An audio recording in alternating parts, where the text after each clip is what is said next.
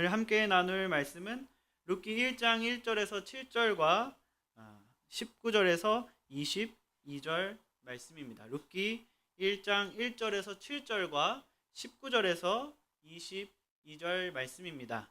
제가 먼저 읽고 여러분이 읽고 이렇게 번갈아 가면서 교독해서 봉독해 올려드리도록 하겠습니다. 오늘 함께 나눌 말씀 룻기 1장 1절에서 7절과 19절에서 22절 말씀입니다. 사사들이 치리하던 때에 그 땅에 흉년이 드니라. 유다 베들레헴의 한 사람이 그의 아내와 두 아들을 데리고 모압 지방에 가서 거류하였는데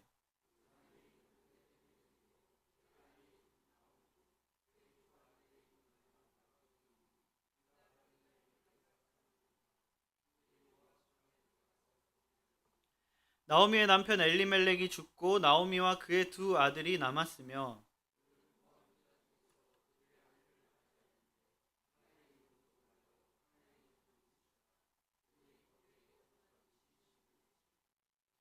말론과 기럨 두 사람이 다 죽고 그 여인은 두 아들과 남편의 뒤에 남았더라.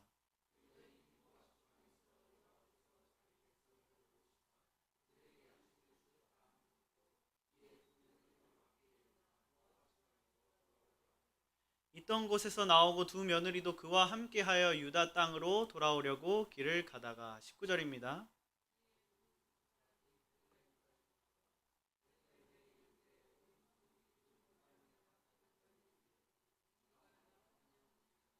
나오미가 그들에게 이르되 나를 나오미라 부르지 말고 나를 마라라 부르라. 이는 전능자가 나를 심히 괴롭게 하셨음이니라.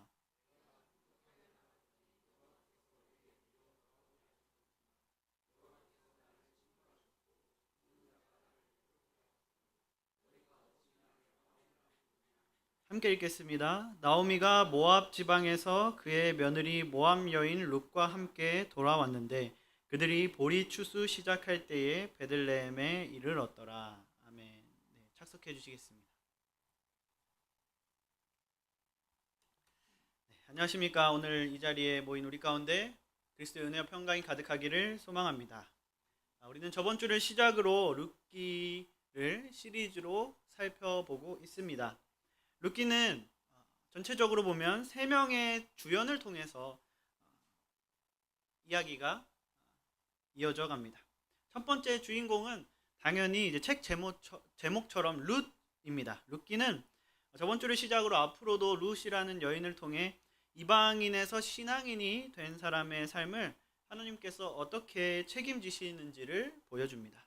그리고 오늘 두 번째 주인공이 등장하는데 그 사람은 바로 나오미라는 시어머니입니다. 그리고 마지막 세 번째 주인공은 아직 비밀입니다. 앞으로 나올 예정이니까 그때 알려드리도록 하겠습니다. 나오미가 룻기의 주인공이라는 사실은 사실 1장 1절부터 3절 룻기를 시작하는 부분에서 룻기가 딱 하고 제시하면서 시작하고 있습니다. 1장 1절부터 3절을 보면 이렇게 말합니다. 사사들이 치리하던 때에 그 땅에 흉년이 드니라. 유다 베들레헴의 한 사람이 그의 아내와 두 아들을 데리고 모압 지방에 가서 거류하였는데 그 사람의 이름은 엘리멜렉이요 그의 아내의 이름은 나오미요 그의 두 아들의 이름은 말론과 기럨이니 유다 베들레헴 에브라 사람들이더라. 그들이 모압 지방에 들어가서 거기 살더니 나오미의 남편 엘리멜렉이 죽고 나오미와 그 두 아들이 남았으며 1절을 보면 엘리멜렉의 가족에 대한 이야기로 룻기를 시작하고 있습니다. 그런데 이 당시 다른 구약 성경을 봐도요, 어떠한 가족, 가문, 족속을 소개할 때는 항상 그 가문의 대표, 가장이라거나 가주의 이름이 등장하고 그렇게 서술을 해 갑니다. 그런데 이 1장 1절은 굉장히 특이하게도 엘리멜렉이라는 남성의 가문을 얘기하는데 이름은 얘기하지 않고 그냥 그 사람, 그 남자라고 소개하며 시작하고 있다는 것이죠. 앞으로도 몇 번 등장하겠지만 룻기의 중요한 신학 가운데 하나가 바로 이름의 신학입니다. 룻기가 가진 이름의 신학의 특징은 뭐냐면 이름을 언급하지 않음으로 말미암아 중요한 포인트를 전달한다는 것입니다. 그리고 2절은 앞으로 뒷이야기들을 이끌어갈 때 나오미와 오르바와 룻의 이야기를 이끌어갈 때 설명의 편의를 위해서 이제 가족의 인적 사항을 제공한 것이다라고 볼 수 있습니다. 쉽게 말하면 이 가족의 이름들을 제공하지 않으면 나오미의 남편이 나오미의 첫째 아들이 이렇게 수식어가 길어지기 때문에 인적사항을 제공해 놓은 것이다 라는 해석이 있습니다. 그리고 결정적으로 3절을 원어로 보면요, 이제 엘리멜렉을 나오미의 남편이라고 표현하고 있고, 말론과 기련도 나오미와, 우리 성경은 그의 두 아들이라고 나와 있지만 원어는 그녀의 두 아들이라고 표현하고 있습니다. 즉 1절에서 엘리멜렉이 아니라 한 남자라고 소개를 하고 있고, 2절의 이름은 그저 뒷이야기를 위한 인적 사항일 뿐이고, 그리고 3절에서 나오미의 남편과 나오미의 아들이라고 소개하는 것을 통해 지금 룻기는 시작 부분에서 나오미가 사실 룻기의 굉장한 주인공이다 라는 사실을 우리에게 전달해 주고 있다는 것이죠. 룻이 이방인에서 신앙인이 된 사람을 위한 주인공이라면, 나오미는 모태신앙인 또는 신앙생활을 오래 한 사람들을 위한 주인공이다 라고 볼 수도 있을 것 같습니다. 물론 나오미의 이야기가 모태신앙만을 위한 말씀이라는 건 아닙니다. 지난주도 룻을 통해서 우리가 믿어가는 길 위에 있는 사람과 또는 성도들의 전도를 위한 메시지로 들었듯이, 오늘 나오미를 통한 말씀은 모태신앙이나 신앙생활을 길게 한 분들 뿐만 아니라 더불어 신앙으로서 누구나 겪을 수 있는 어려움을 이기는 방법을 제시해주고 있다라고 볼 수도 있습니다. 그러므로 우리는 오늘 말씀을 통해 나오미의 연약함과 그것을 베들레헴 공동체가 어떻게 회복할 수 있도록 도왔는지에 대해서 살펴보기를 원합니다. 이를 통해 스스로 나의 연약함에 낙심하는 마음을 가지고 계신 분이 계시다면 그것을 이겨내고 하나님을 신뢰하는 믿음을 회복하여 나와 같이 연약한 자를 살리는 베들레헴 공동체를 닮아가는 시간이 될 수 있기를 소망합니다.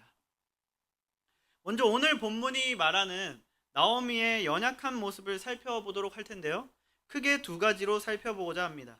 나오미의 연약한 모습 첫 번째는 바로 자기 힘으로 자기를 위해 사는 삶을 살았다는 것입니다. 1장 1절을 다시 보면요, 이렇게 말합니다. 사사들이 치리하던 때에 그 땅에 흉년이 드니라. 유다 베들레헴의 한 사람이 그의 아내와 두 아들을 데리고 모압 지방에 가서 거류하였는데, 자, 사사들이, 지금 시대적 배경은 사사들이 치리하던 때입니다. 우리가 이야기 쉽게 말하면 사사기 시대인 거예요. 사사기의 초반인지 중반인지 후반인지는 정확히 언급하지 않지만 분명한 것은 그 시대 안에서 벌어졌던 일이었다는 것입니다. 보통 사사시대에는 땅이 흉년이 들었다라고 말할 때 그 타이밍은 언제인지 아십니까? 사사들이 죽고 다시 백성들이 각기 자기 소견대로 살았더라 라는 그 타이밍이 보통 이제 흉년을 맞아서 다시 주님께 돌아오게 되는 시기가 됩니다. 즉 룻기의 시대가 사사기 시대였고, 그 땅에 흉년이 들었다는 사실은 당시 이스라엘 백성들이, 나오미와 가족들이 하나님을 온전히 따르지 않던 하나님의 백성인 상태로 룻기가 시작하고 있다라는 사실을 우리가 성경을 통해 확인할 수 있다는 것이죠. 여기서 나오미와 가족들이 모압 지방에 거류하였는데 라고 말하는데, 여기서 거류하다라는 단어의 원어는 구르라는 단어입니다. 이것은 손님으로서 방문하다, 잠깐 들르다라는 뜻입니다. 그러니까 비를 피하기 위해서 잠깐 처마 밑에 숨었다가 비가 그치면 다시 가듯이 정말 잠깐 들르기 위해서 모압으로 갔다라는 말입니다. 또한 이 단어가 가진 다른 뜻은 길을 벗어나다라는 뜻을 가지고 있습니다. 즉 기근을 피해 구르했다라는 말은 잠시 손님으로 모압을 방문한 것이 이들이 제대로 된 길을 벗어나기 시작한 지점이었다라는 의미를 담고 있는 것입니다. 여기서 중요한 건 이제 이 구르로부터 시작해서 이제 이들이 모압에 살게 되는 과정에 대한 표현인데요. 2절을 보면 그들이 모압 지방에 들어가서 거기서 살더니라고 뒷부분에 말하는데, 여기서 살더니라고 번역한 원어는 하야라는 단어입니다. 거주하다, 살다라는 뜻인데, 지금 이제 1절에서 2절로 넘어오면서 지금 어떻게 변했죠? 구루가 하야로 변했습니다. 잠깐 들르려고 갔는데 거기서 어쩌다 보니까 살게 된 거예요. 지금 그 상태인 겁니다. 그런데 여기서 되게 중요한 것 중에 하나는 뭐냐면 2절 끝에 이 살더니라는 이제 하야라는 단어가 나오고, 우리말 성경은 3절 중간에 나오지만 바로 이어서 3절 맨 앞에 나오는 단어가 바로 무트라는 단어, 죽다라는 단어입니다. 그러니까 이 사람, 지금 성경은 뭐라고 얘기하냐면 살기 위해 모압에 갔지만 그러나 죽었다 라는 충격적인 대조를 보여주고 있는 것이죠. 이 구조를 통해서 자기 소견에 옳은 대로 선택하고 행동하는 삶은 살고자 하는 욕망에서 나왔지만 죽음으로 이어진다는 의미를 전달하고 있는 것입니다. 그리고 이 구조는 4절에 와서 더욱더 강화됩니다. 4절을 보면 그들은 모압 여자 중에서 그들의 아내를 맞이하였는데 하나의 이름은 오르바요 하나의 이름은 루시더라. 그들이 거기에 거주한 지 10년쯤에 라고 말합니다. 4절 끝부분을 보면요, 그들이 거주했다고 말하는 이 단어의 원어는 야시아브라는 단어로 주저앉다, 눌러앉다라는 뜻을 지니고 있습니다. 즉 지금 1절부터 4절은요, 나오미와 가족들이 구루하려고 했지만 어쩌다 보니 하야했다가 야시아브하게 됐다라고 말하고 있는데, 그것을 우리말로 표현하면 기근을 잠깐 피하기 위해서 모압에 들렀는데 어쩌다 보니 살게 되었고 어쩌다 보니 거기에 눌러 앉아버리게 되었다라는 지금 말을 하고 있는 것입니다. 그렇다면 왜 잠깐 피하고 돌아오려고 했었는데 그 이방신을 섬기는 이방의 땅에 눌러 앉아버리게 되었을까요? 성경은 계속해서 우리에게 그 이유를 그들은 자신이 원하는 대로 살고 싶었기 때문이다 라고 말하고 있습니다. 이 사실은 4절에서 굉장히 노골적으로 말하고 있는데요, 한글 성경을 보면 4절에서 그들은 모압 여자 중에서 그들의 아내를 맞이하였는데 라고 굉장히 평이하게 번역을 하고 있습니다. 그런데 이거 원어를 직역하면 그들이 그들을 위해 모압 여자를 데려왔다 라고 해석이 됩니다. 즉 나오미의 집안이 모압 집안과 결혼한 이유는 자기 자신들을 위함이었다는 거예요. 그것을 성경은 분명히 언급하고 있다는 겁니다. 그렇다면 이들은 어느 정도로 유익을 좋아하는 사람이었을까? 먼저 룻기는 사사시대이기 때문에 룻기가 가지고 있던 성경은 아마 모세오경 뿐이었을 것이다 라고 많이들 추측합니다. 즉 그들은 율법을 가지고 살아가던 사람들이었다는 것이죠. 그 율법을 보면 신명기 7장 3절에서 4절에 이방인과 결혼을 금지하는 내용이 있습니다. 물론 이 7장 3절 4절은 가나안 여인과 혼인을 금지하는 규정이긴 합니다. 하지만 신명기 23장 3절에 모압 남성들은 영원히 여호와의 총회에 들어올 수 없다라는 구절과 민수기 25장 1절에서 3절에 이스라엘이 모압 여인들과 결국 음행하여 우상 숭배하게 되었다는 그런 사건들을 통해서 우리는 지금 신명기 7장 3절 4절의 율법이 신앙적으로 이스라엘을 떠나게 만드는 이방 결혼은 금지한다라는 본질을 지니고 있음을 성경을 통해서 확인할 수 있다는 것이죠. 즉 나오미의 집안은 하나님이 율법에 이방인과의 혼인을 금지한다는 그런 사실과 본질을 알고 그걸 따르면서 이스라엘에서 살았겠죠. 근데 모압에 왔어요. 근데 그것을 어겼어요. 그렇죠? 아마도 우리나라가 아니니까 로마에 오면 로마법을 따라야 되니까 이게 죄를 지은 건 아니지 라는 형식의 나름대로 자기 합리화를 막 해대면서 결국에는 그렇게 살아갔을 것입니다. 즉 하나님의 뜻을 어기면서까지 이들은 자기의 원함을 이루면서 사는 모습을 보여주고 있다는 것입니다. 또한 베들레헴으로 복귀한 이후 나오미의 말을 통해서도 이 사실을 지금 간접적으로 계속해서 드러내고 있는데요. 21절 상반절을 보면 내가 풍족하게 나갔더니 여호와께서 내게 비어 돌아오게 하셨느니라 라고 말하고 있습니다. 나오미는 기근을 피해 모압으로 갈 때 풍족했었음을 시인하고 있어요. 즉 여기서 우리가 뭘 알 수 있습니까? 나오미는요, 기근이 와서 버티다 못해 먹을 게 다 떨어지고 모든 걸 잃어서 결국 살기 위해서 모압으로 간 게 아니라는 거예요. 나오미는 기근이 오니까 자기가 손해볼 것 같고 자기 재산이 탕진될 것 같고 가세가 기울 것 같으니까 그 초반에 그냥 가버린 겁니다. 풍족한 상태로 모압에 간 거예요. 그걸 성경은 분명하게 보여주고 있는 거예요. 그런데 일이 뜻대로 안 풀리죠. 잠깐 갈라 했는데 갑자기 살게 되고 주저 눌러 앉아 버리게 됩니다. 그렇게 뜻대로 인생이 안 풀리면서 고생하면서 살게 되죠. 그러다가 나오미에게 다시 하나님이 이스라엘에 찾아오셔서 이스라엘이 복을 받기 시작했다라는 복된 소식이 들려오게 됩니다. 그래서 나오미는 다시 어떻게 합니까? 또 유익을 찾아서 이스라엘 돌아가면 다시 유익을 얻을 수 있겠네 하고 이스라엘로 돌아가는 모습을 우리가 저번 주에 또 살펴보기도 했습니다. 여기서 우리는요, 나오미의 두 번째 연약함을 발견할 수 있는 거예요. 그건 바로 나오미는 굉장히 기회주의자적으로 살아가는 사람이었다는 것입니다. 옛말에 이런 말이 있죠. 부간부담. 우리말로 하면 간에 붙었다, 쓸개에 붙었다 한다라는 말입니다. 이 말의 정의는 아무 줏대도 없이 형세에 따라 이리 붙었다 저리 붙었다 하는 기회주의자적 행위라고 사전이 말하고 있습니다. 즉 지금 성경은 지금까지 본문을 통해서 뭘 말하고 있냐면 사사시대의 기근을 피해 나오미의 가족들이 모압으로 간 이유가 버티다 못함이 아니라 손해보지 않기 위함이었다는 사실, 그리고 그런 마음으로 떠난 모압에서도 똑같이 유익을 위해서 하나님을 저버리면서 자기 원하는 대로 살았고 하나님이 다시 이스라엘을 축복하자 유익을 쫓아 돌아왔다는 사실을 우리에게 전달하고 있는 거예요.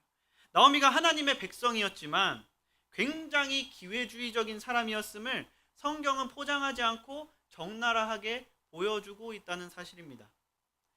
하지만 되게 재밌는 것은 룻기의 결론을 스포해드리자면 나오미는 성공해서 행복하게 오래오래 살았더라 라고 해피엔딩으로 끝이 납니다.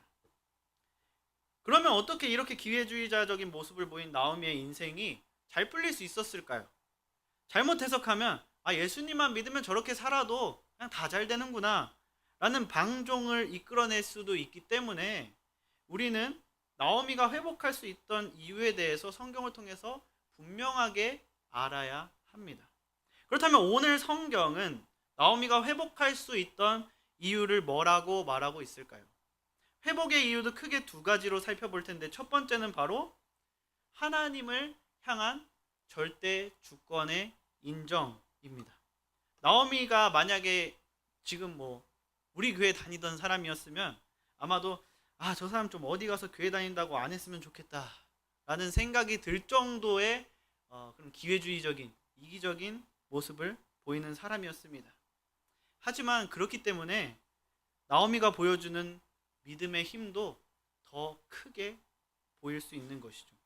나오미의 확고한 믿음은 하나님의 절대 주권을 인정하는 모습으로 나타나고 증명되었습니다.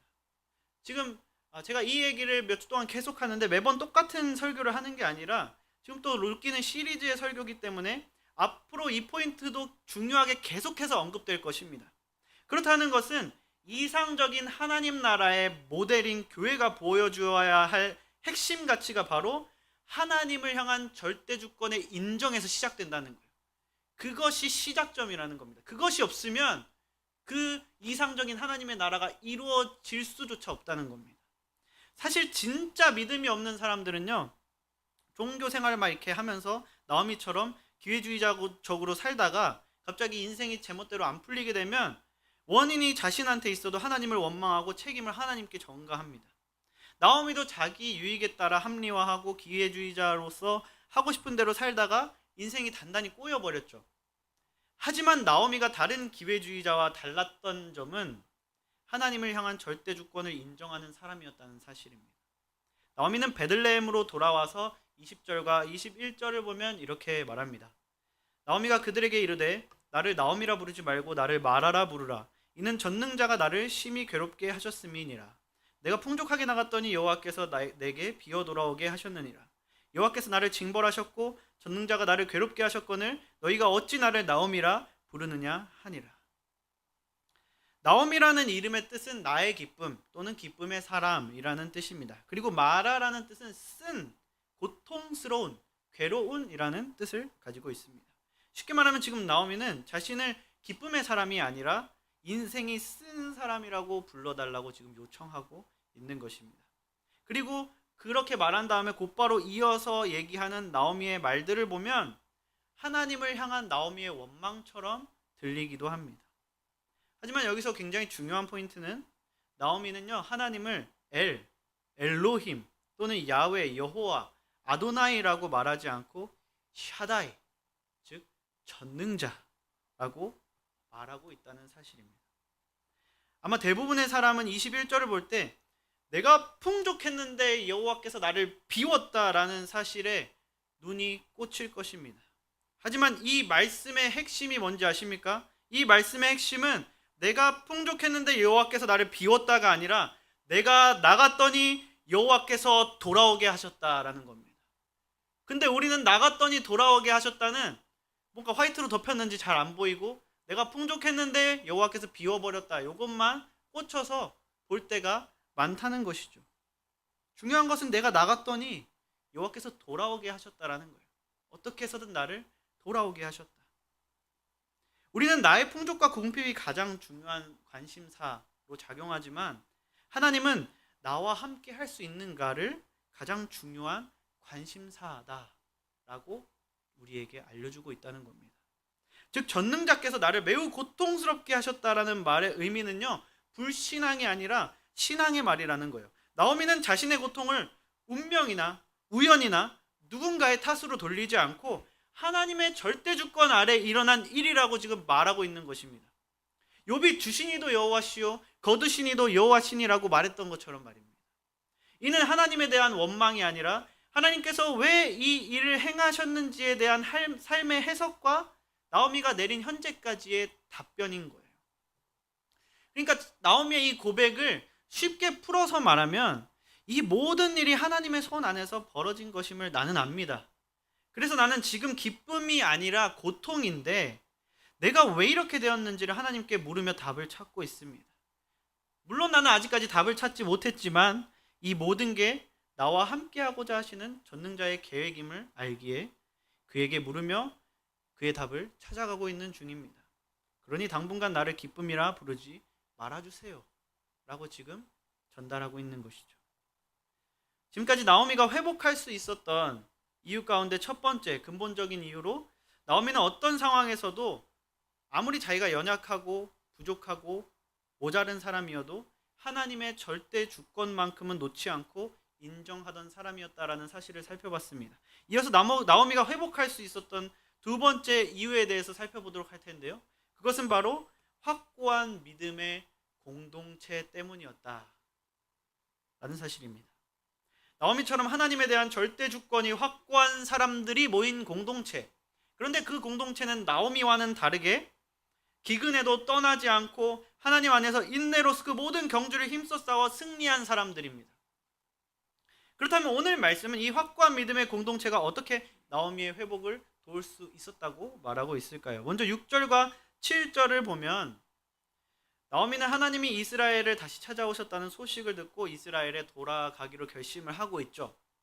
그렇다는 것은 나오미가 소식을 들었다는 것은 이스라엘에 있는 나오미랑 굉장히 친한 사람이 전해줬거나 아니면 이스라엘 사람들이 하나님의 그 영광스러운 소식을 찬양하는 것이 퍼져서 나오미에게 들어갔을 수도 있습니다. 어떻게 나오미의 귀에 그것이 들어갔는지는 모르지만 분명한 사실은 그 당사자들인 베들레헴 공동체가 그것을 말하고 선포하고 찬양하고 영광 돌렸기 때문에 그것을 통해서 결국 나오미의 귀에 들어가게 되었다는 거예요. 그러므로 우리도 누군가 교회를 떠나 있거나 주님께 돌아와야 할 사람들이 있다면 우린 적극적으로 이렇게 말해야 하는 겁니다. 하나님께서 대전 성서침례교회에 찾아오셔서 은혜와 평강과 사랑을 다시 넘치게 부어주고 계신다 라고 우리가 선포할 수 있는 공동체가 될 수 있기를 소망합니다. 이어서 19절을 보면 이렇게 말합니다. 이에 그 두 사람이 베들레헴까지 갔더라. 베들레헴에 이를 때에 온 성읍이 그들로 말미암아 떠들며 이르기를 이가 나오미냐 하는지라. 성경에는요, 온 성읍이 그들로 말미암아 떠들며라고 말하는데 여기서 떠들다라고 번역한 단어는 바테홈이라는 단어입니다. 이 단어를 직역하면요, 그리고 이 성읍들이 야단법석이 되었다, 혼돈의 도가니가 되었다, 난리가 났다 라는 뜻이 바로 바테홈이라는 단어의 뜻입니다. 나오미가 지금 돌아왔다고 온 성읍이 지금 난리가 난 거예요. 누군가 옛날에 교회 다니던 사람이 돌아왔는데 우리 교회 전체가 그냥 발칵 뒤집어진 겁니다. 여러분, 왜 뒤집어졌을까요? 베들레헴 사람들이 봤을 때 나오미는 어떤 사람입니까? 어려움이 찾아오자 그냥 초반에 어려움 당하지 않으려고 냅다 도망갔다가 자기들 열심히 고생해가지고 다시 회복하니까 슬금슬금 기어들어오는 나오미는 그런 사람입니다. 베들레헴 공동체가 봤을 때 그렇게 보이지 않았겠습니까? 그럼 보통 이런 사람들이 돌아오면 어떻게 생각할까요? 아마 부정적인 시선으로 바라보게 될 것입니다. 그래서 이 바테옴이라는 단어를 우리가 그냥 대충 보면, 아니 무슨 염치로 돌아왔대? 그렇게 유익만 따르면서 살더니 나는 하나님이 심판하실 줄 알았지 라고 교회가 그냥 난리 났다 라고 보여질 수 있다는 거예요. 그렇지 않겠습니까? 그런데 이 바테옴이라는 단어는요, 그렇게 부정적인 의미의 혼란을 말하는 단어가 아니라는 겁니다. 사무엘상 4장 5절을 보면 이 바테옴이라는 단어가 언약궤가 돌아올 때 기쁨으로 온 성읍이 땅이 울릴 정도로 진동할 때 쓰이던 단어입니다. 또한 열왕기상 1장 45절에 왕이 즉위할 때 기쁨으로 온 성읍이 야단법석이 되었을 때 쓰인 단어입니다. 즉 지금 베들레헴 공동체는 나오미가 어떤 사람인지와는 관계없이 그냥 다시 돌아왔다는 소식에 정말 다행이다, 다시 돌아왔구나, 너무 기뻐, 얼마나 걱정했는지 라고 하면서 온 교회가 나오미를 기쁨으로 환영하고 있는 모습을 표현하고 있는 겁니다. 돌아오는 7월 둘째 주 창립기념 주일은 우리가 홈커밍 주일로 맞이하고자 준비하고 있습니다. 각자의 여러 사정으로 교회를 떠나 있는 사람에게 우리는 우리 교회에 주님께서 다시 찾아오셨고 다시 돌보시고 역사하고 계신다라는 복된 소식을 전해서 다시 돌아오게 해야 할 의무가 있습니다. 아마 교회를 떠나 나간 사람들 가운데 안타까운 마음이 드는 사람이 있을지도 모릅니다. 누군가는 기근을 참다 못해 결국에는 먹을 것이 다 떨어져서 지금 결국 나가게 된 사람도 있을 것입니다. 하지만 반대로 누군가는 어려울 때 그 떠난 사건이 배신감으로 다가오는 사람도 있을 것입니다. 만약 우리 마음에 안타까운 사람만 부르고 싶고 배신감이 느껴지는 사람은 부르기 싫은 마음이 있다면 여러분 꼭 오늘 말씀을 붙들고 기도하고 초청하시길 바랍니다. 왜냐하면 주님께서 우리에게 원하시는 것은 베들레헴 공동체가 나오미에게 한 것과 같은 사랑의 실천이라고 오늘 본문이 말하고 있기 때문입니다. 그렇다면 이렇게 격한 환영을 받은 나오미는 어땠을까요? 내가 이렇게 환영받을 만한 사람인가 하고 이제 되게 기뻤을까요? 물론 그랬을 수도 있지만 성경은 마음이 굉장히 불편했다 라는 사실을 우리에게 보여줍니다. 오히려 이게 더 현실적이지 않을까라는 생각이 듭니다. 기회주의자처럼, 자기가 봐도 자기가 기회주의자처럼 살다가 망해서 돌아왔다는 사실을 어느 정도 인식할 거예요. 근데 자기를 막 주님 안에서 기쁘게 막 환영해 주니까 그게 오히려 막 불편했던 것이죠.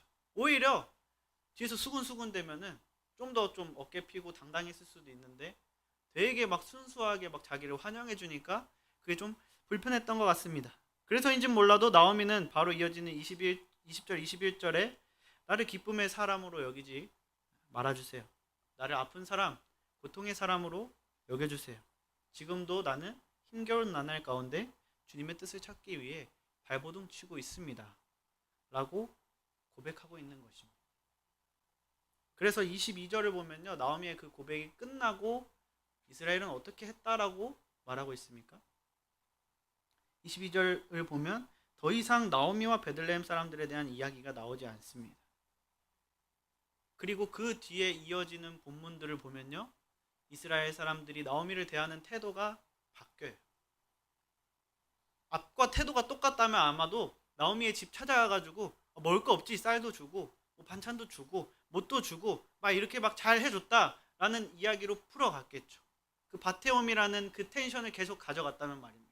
하지만 이 나오미가 조금 나를 위해서는 그렇게 적극적으로 해주지 않았으면 좋겠습니다라는 표현을 하니까 룻기 2장, 3장, 4장을 보면 이스라엘 공동체는요, 뒤에서 조용히 도와주기 시작합니다.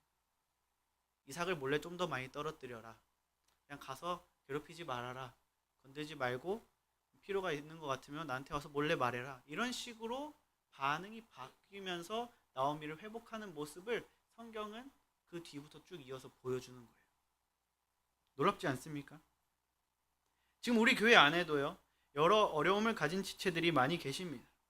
우리는 진심 어린 사랑과 걱정의 마음으로 이것저것 물어보고 관심을 가지고 기도해주고 싶은 마음이 넘쳐나는 베들레헴과 같은 교회에 임해 감사드립니다.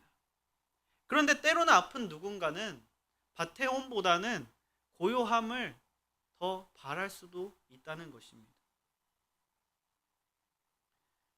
그리고 보통 문제와 슬픔을 가진 사람들은 대부분 그것을 들춰내고 꺼내기보다는 고요하게 묵묵하게 돕고 기도해주고 섬겨주기를 바랍니다.